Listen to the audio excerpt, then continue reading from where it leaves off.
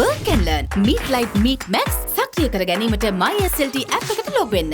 Work and learn. Meet Light Meet Max. සක්‍රිය කර ගැනීමට MySLT app එකට log වෙන්න. දසනකාන්තී චූර්ණය සහිත ලීවර් ආයුෂ් දන්තාලේපය දත්වල ඇති ප්‍රශ්න 10ක් වළකයි.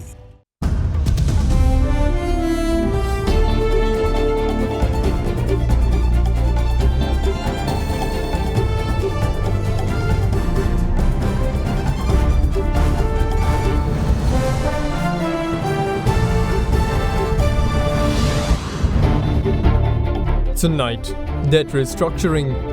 President Ranil Wickremesinghe to visit Tokyo next month, as Sri Lanka plans to ask Japan to invite the main creditor nations of the country for talks on debt restructuring.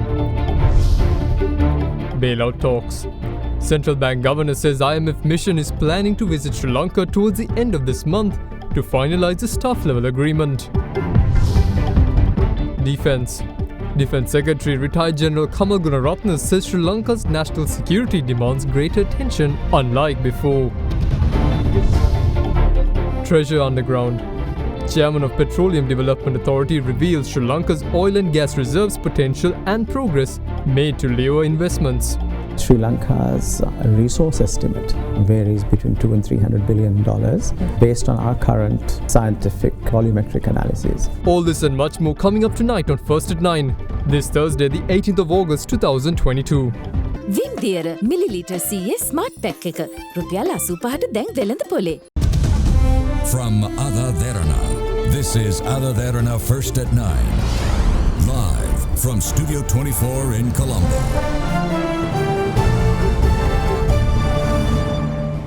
Good evening and welcome to AdaDerana 24's English News Service. I'm Andrew Bernard.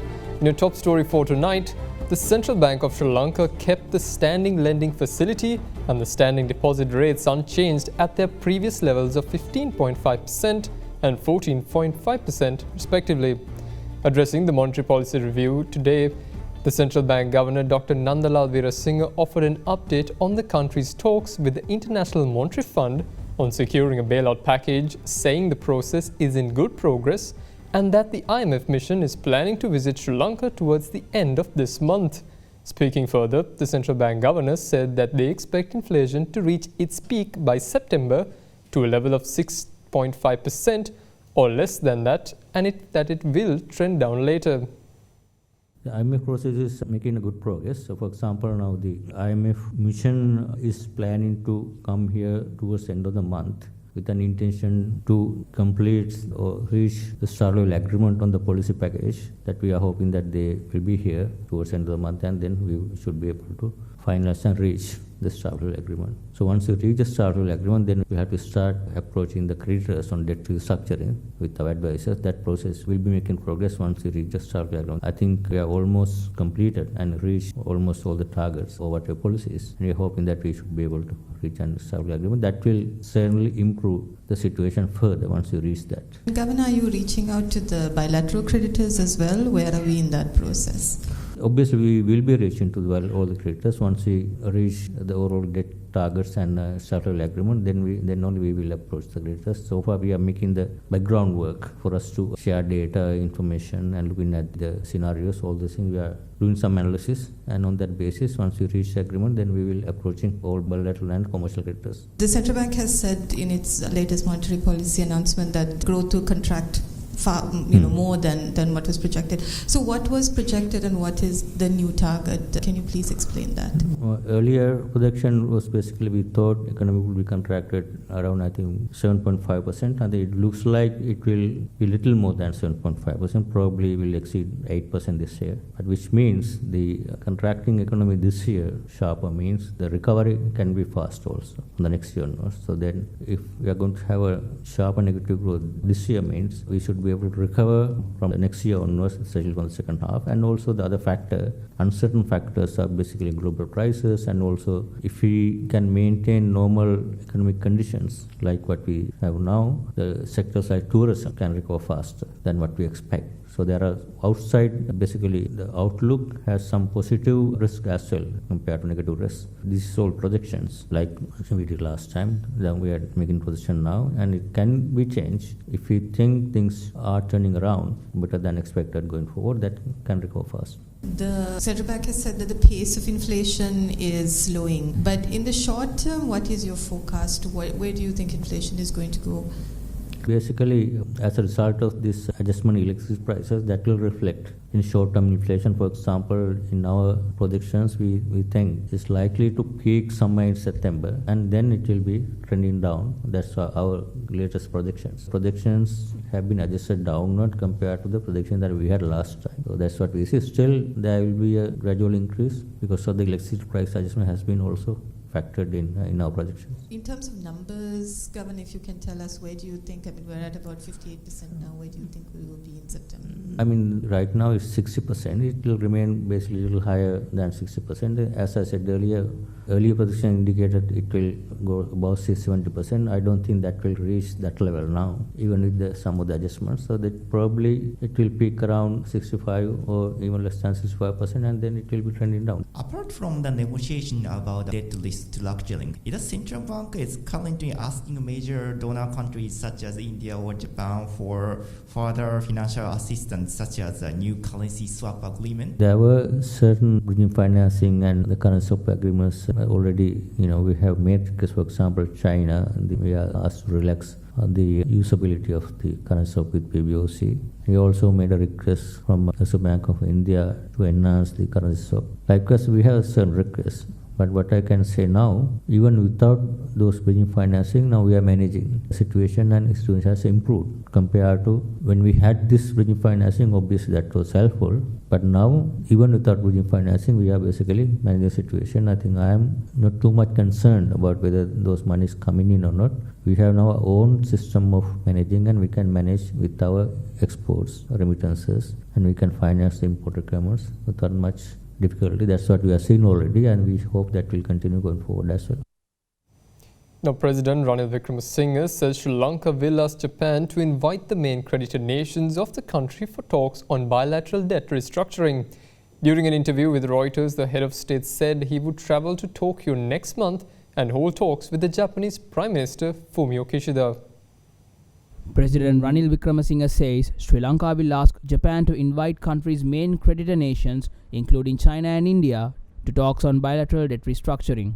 During an interview with Reuters today, President Wickremesinghe added that he would travel to Tokyo next month and hold talks with Japanese Premier Fumio Kishida. Commenting on the interim budget that is expected to be presented in September and the full-year budget for the year 2023 that is to be presented in November, the President said both those budgets will put out government policy, adding that the first will be on stabilization and the second to look at recovery. The President said he expects the economy, heavily reliant on tourism and tea, to see a recovery in the second half of 2023, reaching a revenue surplus of about 3% by 2025. Now, Minister of Power and Energy Kanchana Wijesekara said today that he had lodged a complaint with the Criminal Investigation Department in order to carry out investigations into the activities of the Ceylon Petroleum Corporation and the Ceylon Petroleum Storage Terminals Limited. The investigation will especially be focused on fuel procurement, evaluation of proposals, non-placement of orders, and selection of suppliers, among other criteria. A shipment of 100,000 metric tons of crude oil that Sri Lanka received on the 13th of August is currently being unloaded. After the shipment made its way to Sri Lanka, authorities took measures to carry out sample testing on the consignment of crude received. Meanwhile, the Ministry of Power and Energy stated that another consignment of crude oil is expected to arrive in the island between the 23rd and the 29th of this month. The country is expecting a consignment of 120,000 metric tons of crude oil via the shipment. According to the ministry, both shipments of crude were purchased from a Russian oil company. In the meantime, Minister of Power and Energy Kanchana Wijesekara said that he had lodged a complaint with the CID to investigate activities of the Ceylon Petroleum Corporation and the Ceylon Petroleum Storage Terminals Limited. The minister stated that he had requested the CID to investigate fuel procurement, evaluation of proposals, non-placement of orders, selection of suppliers, delays in payments, distribution irregularities, and allegations made by individuals. Now, Defence Secretary General Kamal Gunaratne says Sri Lanka's national security demands greater attention unlike before. Addressing the inaugural research symposium of the National Defence College, General Gunaratne said Sri Lanka has to keep its eyes and minds open to counter all these threats that are at the country's doorstep. The inaugural Research Symposium 2022 of the National Defence College was held at General Sir John Kotalawala Defence University in Ratmalani yesterday under the theme Exploring Multinodal Security Dynamics. The 21st century, the Indian Ocean, together with the Western Pacific Ocean, has come to the forefront of global trade and geostrategic competition. Sri Lanka, being a country at the most significant location in the Indian Ocean, has become vulnerable for arms and drugs trafficking, illegal, unregulated and unreported fishing on the man-made cycle, whereas the global warming and resulting sea level rises and water anomalies, increased ocean pollution and impact on marine ecosystems, depleted fisheries, rising of ocean temperatures and salinity as natural issues are creating problems in the Indian Ocean that in turn has created a severe impact on security of Sri Lanka in the Indian Ocean.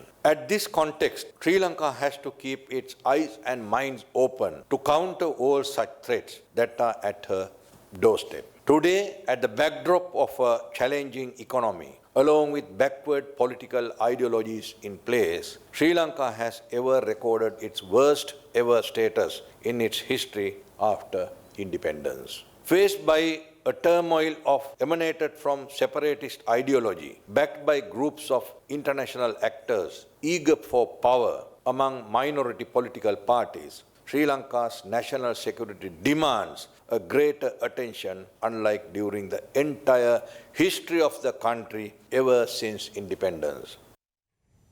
Now, despite Sri Lanka's struggle to find the necessary dollars to purchase fuel and other petroleum products, the country is sitting on oil and gas reserves that value between 200 to 300 billion US dollars based on the scientific volumetric analyses. Chairman of the Petroleum Development Authority, Salya Wickramasuriya, revealed the sheer value of Sri Lanka's oil industry while speaking to Indiva Yamawatha on our current affairs program at Hyde Park on AdaDerana 24. Wickramasuriya further stated that though the establishment of a centralized regulator, the Petroleum Development Authority, the shortening of exploration licenses to 3 years from 20 years previously has become more confidence-inspiring to investors. What's the mandate of the Petroleum Development Authority? It sets up the management framework for the industry by defining a regulator, which then separates itself from the operator that actually does the work, and then policy, which is set by a group advising the minister. So it actually defines the functions that are required to be separate, it separates them out. What is the role of the PDA given a crisis as this? The PDA would be the regulator, and although it can't do very much to influence the outcome of current events, it can certainly do what it needs to do to set the stage for future reduced dependence on imported hydrocarbon. Has there been any requests or plans going forward where regulatory approval and advice has been sought so far? We've done several things that the international oil and gas industry have recognized as being useful in mitigating the risk that they would take in entering into a new country like Sri Lanka. We've redefined the size of the offshore acreage into much smaller parts. We've introduced a more flexible contractual system where we don't ask for commitment on production sharing, but we just ask for commitment on exploration. So we issue exploration licenses. The term is short, 3 years as opposed to the previous 20. And that combination with the presence of a regulator to manage the whole industry is a little bit more confidence inspiring than where we were before for several years, where there was just this one secretariat which needed to have the approval of a committee and subsequently cabinet for almost all its decisions. So now we've made an independent authority which has an independent board, staffed it with people who can take decisions. The interventions of ministry and cabinet are much, much less required now. We need to, of course, get their approval for certain things, but oil and gas exploration, we've spoken about this since the end of war. There has been sentiment that there's no use of Sri Lanka's resources. But what really is happening? Is there any potential in the offshore blocks that we've spoken of? The simple answer is yes. That potential exists both above the ground and below the ground. Now by that I mean there are natural resources such as wind and sun above the ground and hydrocarbon and fossil fuel resources below the ground. They are all eminently of high potential, and from the oil and gas side, this has not been a mystery for the industry, because ever since the Cairn discoveries in 2011 and 12, what was proven was that there existed multiple working petroleum systems. So once that has been proven in place A, you can extrapolate its presence to other places in the same basin. So the potential is there. It's recognized internationally. The operating framework and the rules of engagement were not clearly defined. Neither was the market, which is what caused certain delays. What do you mean by neither was the market? Sri Lanka is a small economy. Its ability to consume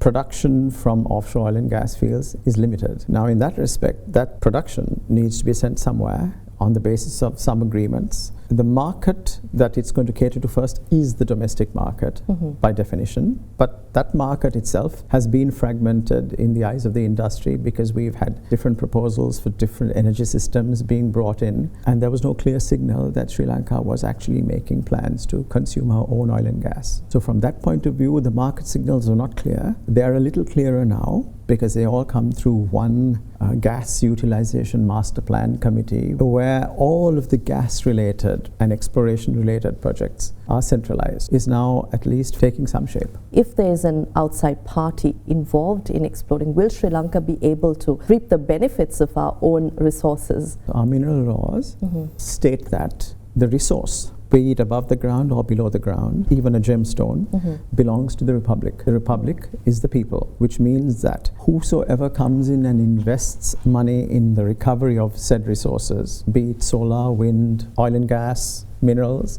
needs on their side to meet their return on investment. And on the state side, it needs to provide some benefit to the state of the resources they own. So from that point of view, most of our engagements on the oil and gas side are on a resource sharing basis. So somebody else comes in, somebody spends, we create the basis for that spend because we commit to buy a part of that production. Then we permit them to export whatever they can if it's in excess. So Sri Lanka will benefit from whatever resource is exploited because our laws require us to do so. In other countries, some other countries, it isn't like that. In some other countries, the company that invests is given ownership of the resources, and the country derives its return by taxing the profits of that company. So in this case, it isn't the same. We own the resource, we have to share it with the company that develops it. How much will our industry be worth? Much more than we think. Sri Lanka's resource estimate varies between $200 and $300 billion based on our current scientific volumetric analysis. Stay with us for more news after this short break.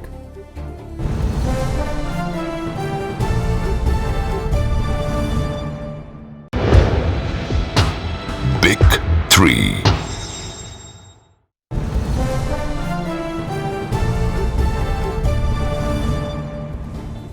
Welcome back. Now, Sri Lanka's former president Gotabaya Rajapaksa, who is currently in Thailand under heavy police protection, is expected to return to Sri Lanka next week.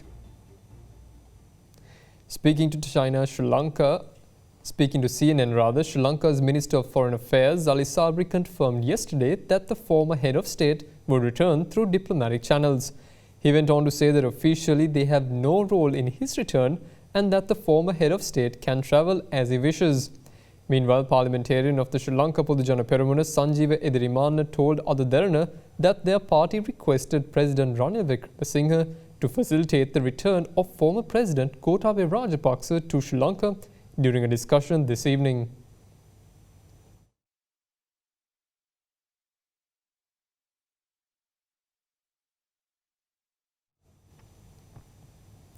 Now, the Criminal Investigation Department today arrested former Minister Mervyn Silva for forcibly entering the state-owned national television network Rupavahini Corporation in 2007.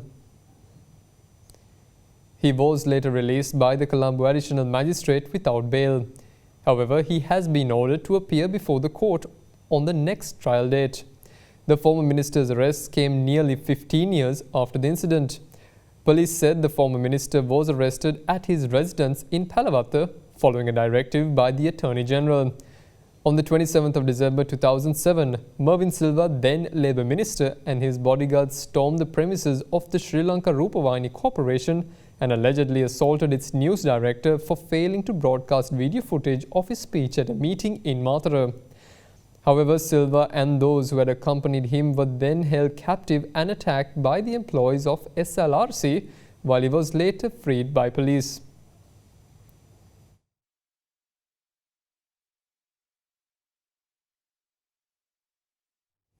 Now, the Government Medical Officers Association calls on the government to investigate whether any state institution has intentionally resorted to emergency purchasing of pharmaceutical drugs instead of maintaining adequate stocks. The GMOA accuses the central medical store's lack of maintenance of adequate stocks of medicine as a reason for the country's shortage of medicinal drugs. Due to the dollar crisis in Sri Lanka, the country has been unable to procure essentials in the past such as medicine and fuel. Despite measures being taken by the Ministry of Health to rectify this shortage in the recent past, many main hospitals in the country, including the Lady Ridgeway Hospital for Children and the Anuradhapura Teaching Hospital, are currently experiencing a shortage of medications. Over the past, AdaDerana reported of the inconveniences the public faces due to the shortage of medications in the country. Meanwhile, a technical committee appointed by the Government Medical Officers Association is expected to release a report on their findings tomorrow. The Government Medical Officers Association pointed out to the root cause of the problem as a lack of maintenance of adequate stocks of drugs. අපි රජ වෛද්‍ය නිලධාරීන්ගේ සංගමයේ විදිහට සෞඛ්‍ය ඇමතුමා සමග සාකච්ඡා කරා. සෞඛ්‍ය ඇමතුමාත් පිළිගත්තා මේ ඖෂධ වල විශාල හිගයක් පවතින බව. ඒකට හේතුව ප්‍රවාහන ප්‍රශ්නේවත් එහෙම නැතුව ආර්ථික ගැටලුවවත් නෙමෙයි මධ්‍යම ඖෂධ ගබඩාව විසින් අවශ්‍ය තොග පවත්වාගෙන යාමක් සිදු නොකරපු කාරණාව තමයි පෙනී යන කාරණාව. 2022 මැයි මාසයේ නිකුත් කරපු විගණනාධිපති වාර්තාවටත් අනුව පෙනී යනවා අමාත්‍යාංශයේ ඖෂධ මධ්‍යම ඖෂධ ගබඩාව පැත්තෙන් සහ රාජ්‍ය ඖෂධ නීතිගත සංස්ථාව පැත්තේ යම් යම් අඩුපාඩුකම් සිද්ධ වෙලා තියෙනවා. නිශ්චිත නිසි තොග පවත්වාගෙන යාමක් සිද්ධ වෙලා නැති බව. විගණනාධිපතිතුමාගේ වාර්තාවෙන් පැහැදිලිව දක්වලා තියෙනවා. අවශ්‍ය තොග පවත්වාගෙන යාමක් සිදු නොකර හදිසි මිලදී ගැනීම හරහා රුපියල් 100ට වගේ ගන්න පුළුවන් පැත්ත රුපියල් 1000කට වගේ ගන්න පුළුවන් විදිහේ මාපියාවක් ක්‍රියාත්මක වෙන බව. අපි රජයෙන් ඉල්ලන්නේ යම්කිසි ආකාරයක මේ විදිහේ මාපියාවක්කට රාජ්‍ය ආයතන ගොදුරලා තියෙනවා නම් වහාම ක්‍රියාත්මක වෙන විදිහට පරීක්ෂණයක් සිදු කරලා අදාළ නිලධාරීන්ට දඬුවම් දීම සිදු කළ යුතුයි.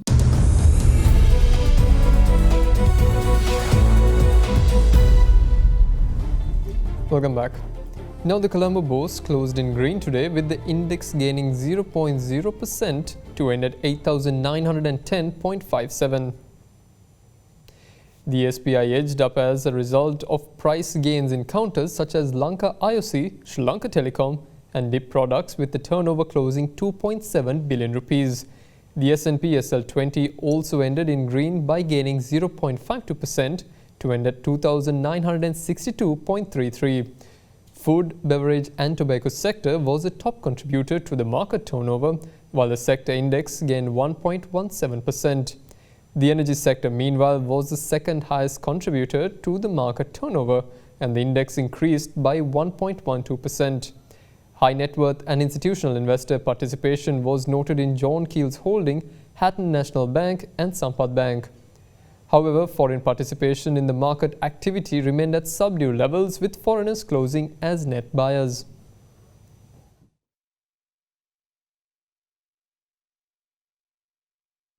Now, the United States announced yesterday that it has agreed to launch formal negotiations on a bilateral trade framework with Taiwan early in the fall, amid high tensions over China over the status of the island nation.